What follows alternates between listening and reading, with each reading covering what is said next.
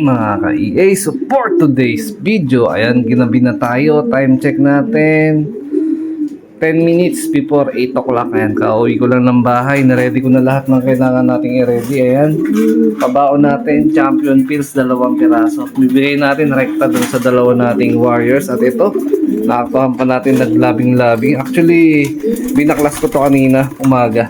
So ngayon ko lang ulit sila pinagkita. Tapos ito, meron ng bagong kapares. Si Admiral, ayan, no? Kapatid to ni Lady Ingrid. Ayan, magkapatid yan. Tsaka ito. So ayan, bago niyang kapares. So magkakarga na tayo dun sa loading station dyan sa may gaya-gaya. So mabilis ang pack up na tayo, mga kalapatids. A few moments later. So yun, mga kalapatids, dumating na tayo dito sa aming loading station gaya-gaya, San Jose del Monte, Bulacan. At napakahaba na ng pila, mga kalapatids.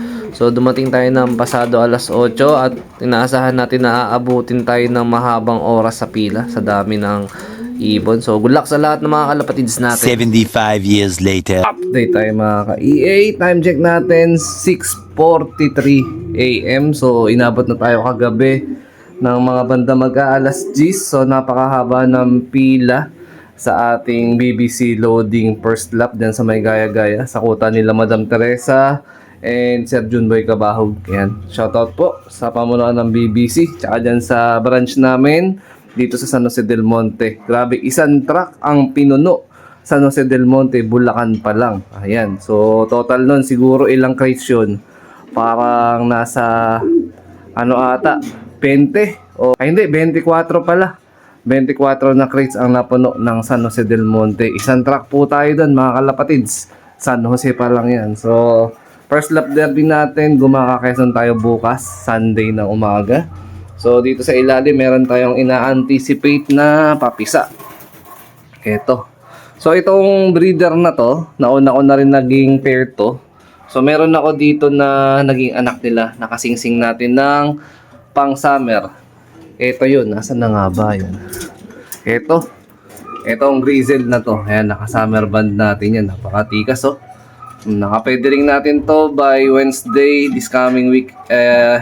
Tawag na ito, palalabasin na ulit natin sila, no? So more or less nasa 3 weeks natin silang na i-quarantine. Simula nung nagpwede rin tayo nung January 2 o January 3. Ayan, yun yung natatandaan ko. Ayan, halos majority niyan. Pero may mga patubo na yan. Kumbaga, bubot pa lang pero kayang-kaya na nilang magsilipad. Ayan. Dito, hindi. Kasi stock bird natin yan eh. Tsaka to, maliban lang dito sa 2. So, ang total ng pang summer natin, 1, 2, 3, 4, 5. Ito, old bird to. 6. Ayan. So, 5 YB, isang old bird, isang vegan finisher natin na ibabalik natin sa karera. Ayan, nakapwede rin din yan kasi nag-dry yung balahibo niya eh.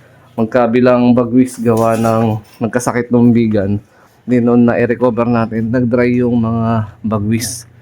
Ito, binoviewing natin to. Kapatid na buo ng 12 overall ni Aquino Brothers. So, susubukan din natin yan kung may habol natin maturuan. No, baka mapabatcher natin. Lipad din natin siguro ng ng summer or baka hanggang training lang. Ayan, subukan lang natin. Ayan, napakaganda ng panahon ngayong umaga, San Jose del Monte, Bulacan. Sana bukas ganito rin kaganda yung yung ganda ng araw para maganda yung pauwian natin bukas. Ayan, sobrang excited na ako sa ating first lap. So, kinakabahan din same time kasi yung isa, alam ko uuwi on time. Pero hindi ganoon kabilis. Pero yung isa na laging cut off ng mga dating training, nalalate na 1 oras, doon ako medyo nangangamba. Pero nung mid-toss kasi, kahit pa paano, naipagsabayan na siya that time. So, sana, yun na yung simula ng umuwi siya ng nasa oras. Ayan. So, magpapakain na rin tayo agad ng mga breeder natin. Nalinis na lahat yan. Plain water lang, mga kalapatids. Tapos, siyempre, wala iba, kalapatids. Ayan. Napakalinis, oh. Kalapatids, flyer mix and breeder mix, oh. Pinaghalo ko na.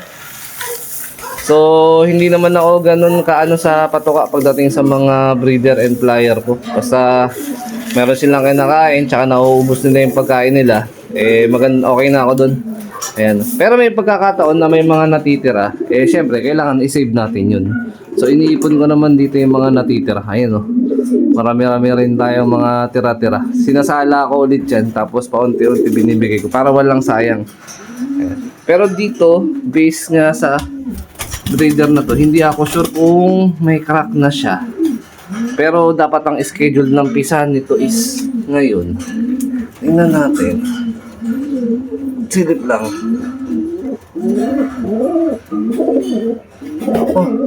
Wala atang... Ay, hindi, may crack na. Baka bukas pa siguro to. Baka mali ako ng kwenta. Ito halos kasabayan niya rin to eh. Tama ba? Oo. Ayan. Halos magkakasabay lang sila nagbuga ng itlog nitong mga nakaraang week.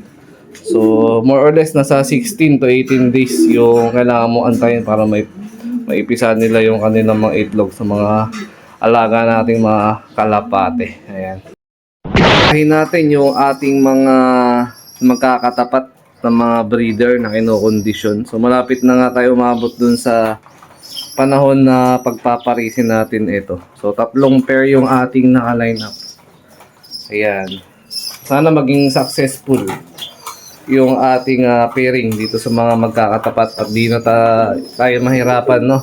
Pero pansin ko nagsasagutan na parang ano na nga eh. Parang pares na nun, lalo na to si Frankie Boy. Ito siya. Yan, napakakinis na ni Frankie Boy. Nagbumulbos na rin, namumuti na. Ayan. So, unang pagkakataon to na ibibreed natin siya pagtapos nung kanyang Santa Ana race. Ayan. So, ang ipapartner ko sa kanya mga kalapatids ay etong nasa tabi niya syempre. At nagsasagutan na nga sila. Ito naman is walang iba kundi si Lady Mina to. Ayan. Ayan. Patapos na rin yung yung molting niya. Konting-konti na lang. Siguro mga 3 to 4 days na lang. Tapos na. Namumulbos na rin. Tapos puting-puti na rin yung ilong. Nasa kondisyon na to. Ayan. Excited na ako sa ilalabas na anak nila. Ito is nilipad natin ng South 2023. At Balogan Daybird, Javier Leyte, finisher. Pareha sila ng istorya. Although hindi tayo pinalad ng kanilang mga dulong karera. Pero nag-COV sila. At the same time, parehas may sticker. No? Nabuhay sa wild. Itong dalawang to. Ayan o. Ayan yung sticker niya. Hindi ko na rin tinanggal. Remembrance. Ayan. Nakabilot dun sa BFRC niya na sing-sing. Tapos ito naman. Ganun din. Ayan. Nakabilot pa dun sa kanyang PHA commercial ring. Ayan o. Walang backlash yan. Pareha sila. Sana yung story ng mga magiging anak nila, yung mga lipad is maging successful na. Excited na ako dito sa pairing natin na to. Tama po ba yun? Siyempre ito, di naman magpapahuli. Ito is Jelly Jelema X Peter 2. Direkta to galing kay Sir Dennis Balma. Ayan, naka-perso band pa to ni Sir Dennis. Ayan, isa to sa sa atin, regalo ni Sir Dennis. Parang 2 years ago. Ayan. Ang produkto na nailahi na nailipad na natin ito is yun din si Frankie Boy. No? So apo niya, si Frankie Boy. Ayan, napakakinis na nito. Checkered din eh. Ayan, kamukha sila, di ba? Ayun, kamukha silang dalawa. Ayun, checkered. So ang ibabangga ko sa kanya naman is 2018 ring band. Tatay ni Batusay. Medyo palolo na to. Ayan. Pero napakakisig pa rin na itsura. Ayan. Pogi-pogi pa din. So, pareha sila. Nasa kondisyon na. Kaya lang gusto ko kasi sabay-sabay sila mag-pair. Para sabay-sabay mag-itlog kung sakali. Konti lang gapping. Pati yung pagwawalay natin ng mga YB, halos magkakasing edad sila. Para hindi ako mahihirapan. So, yun nga lang. Ang napag-usapan, so, regarding dun sa ibibreed natin na pang OLR, so, change plan tayo. So, mangyayari, para magiging kami, isang grupo na lang, isang ibon lang siguro talaga yung kaya kong i-entry sa OLR. Di ko kaya mag-entry ng isang team. Kasi yung isang ibon lang tayo, magkakaroon kami ng isang grupo dito sa loob ng subdivision.